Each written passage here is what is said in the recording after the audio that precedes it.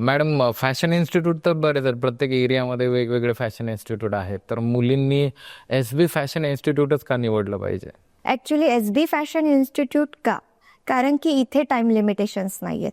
तुम्हाला आता as a women म्हटलं तर बरेच त्यांना फॅमिलीचे प्रॉब्लेम्स, त्यांच्या लाईफचे प्रॉब्लेम्स असतात. सो ते हँडल करत करत त्यांना त्यांचं करिअर घडवायचंय.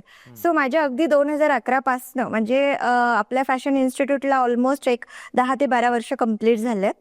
सो तेव्हापासूनचे स्टुडंट मला आत्ताही कनेक्ट आहेत. माझ्याकडे दुसऱ्या क्लासेसमध्ये काय होतं, एक ड्युरेशन असतं. त्या ड्युरेशन नंतर तुम्हाला एंट्री नाहीये. ॲटलिस्ट त्या कोर्सशी रिलेटेड प्रॉब्लेम्स तरी तुम्ही तिथे घेऊन जाऊ शकत नाहीत.